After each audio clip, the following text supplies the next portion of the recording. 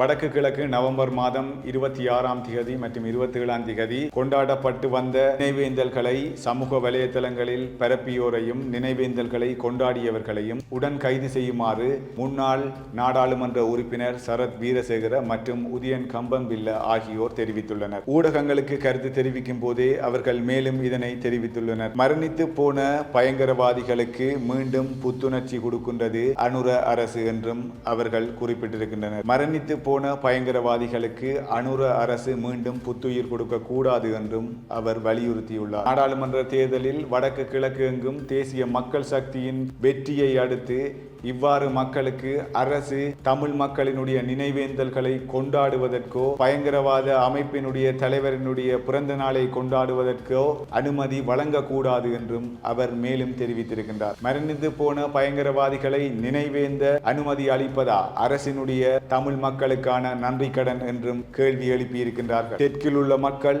அனுர அரசினுடைய இந்த தான் தோன்றித்தனமான செயற்பாட்டிற்கு எதிராக போராட்டம் நடத்த வேண்டும் என்றும் அவர் கூறியிருக்கிறார்.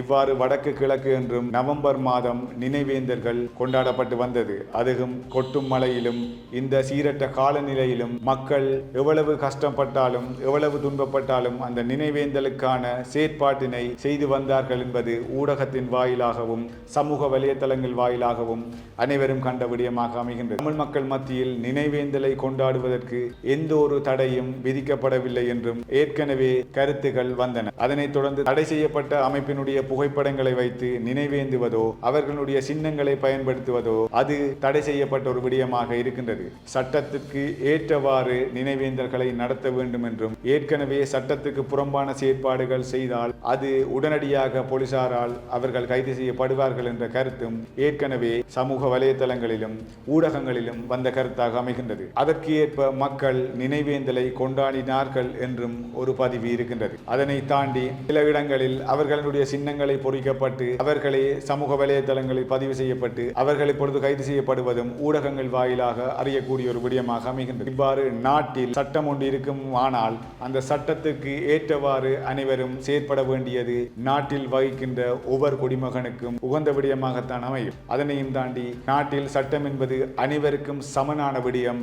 சட்டத்திற்கு அனைவரும் மதிப்பளிக்க வேண்டும் என்று ஏற்கனவே அரசு தரப்பில் இருந்து பல பதில்கள் வந்தது. அந்த பதிலை அது ஒரு அமைச்சராக இருக்கலாம், சாதாரண குடிமகனாக இருக்கலாம், சட்டத்திற்கு கட்டுப்பட்டு ஆக வேண்டும் என்பதே கருத்தாக அமைகின்றது. இவ்வாறு இருக்கும் பட்சத்தில் அனைவரும் சட்டத்திற்கு ஏற்று செயற்பட வேண்டியது ஒரு கடமையாக இருக்கின்றது. அதனைத் தொடர்ந்து முன்னாள் நாடாளுமன்ற உறுப்பினர் சரத் வீரசேகர மற்றும் உதயன் கம்பம்பில்ல ஆகியோர் ஊடகங்களுக்கு கொடுத்த கருத்து எவ்வாறு பார்க்கப்படுகின்றது என்பது மக்கள் மத்தியில் பெரும் ஒரு அச்சத்தை உண்டு பண்ணித்தான் இருக்கின்றது.